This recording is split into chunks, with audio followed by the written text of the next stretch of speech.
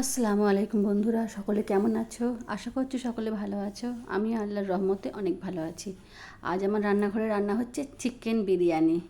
বিরিয়ানি রান্না করার জন্য প্রথমেই আমি আলুটাকে কেটে তাতে জাফরান মাখিয়ে তেলে ভালো করে ভেজে আমি সিদ্ধ করে নিয়েছিলাম।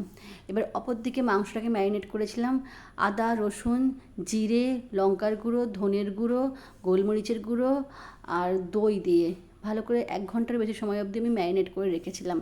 এবারে কড়াইতে তেল গরম করে তেলের মধ্যে গোটা গরম মশলা আর তেজপাতা ফোড়ন দিয়ে ওই ম্যারিনেট করা মাংসটা দিয়ে ভালো করে কষে বিরিয়ানির মশলা ছড়িয়ে আমি আমার রান্নাটা শেষ করেছিলাম, মানে তরকারিটা শেষ করেছিলাম। অপরদিকে ভাত করে নিলাম। ভাতটা আমি গরম জলের মধ্যে তেজপাতা, গোটা গরম মশলা, নুন দিয়ে ভাতটা করে নিয়েছিলাম। আর সামান্য পেঁয়াজ আমি বেরেস্তা করে রেখেছিলাম।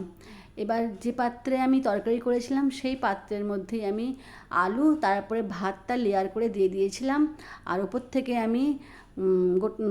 থেকে আমি ঘি, নুন, চিনি, পেঁয়াজ বেরেস্তা আর এই যে লিকুইডটা দিলাম, এটার মধ্যে রয়েছে দুধের মধ্যে কেওড়ার জল, গোলাপ জল, মিঠা আতর আর জাফরান। এটা দিয়ে ভালো করে সাজিয়ে আমি দমে বসিয়ে দিলাম। 15 থেকে 20 মিনিট অবধি আমি দমে রেখেছিলাম। আমার বিরিয়ানি রেডি হয়ে গেছে। এই যে আমার বিরিয়ানি, অপূর্ব সেন্ট বেরিয়েছিল আর খেতে ভীষণ ভালো হয়েছিল। তোমরা সকলে আমার চ্যানেল সাবস্ক্রাইব করো, আমার পাশে থেকো। আল্লাহ হাফিজ।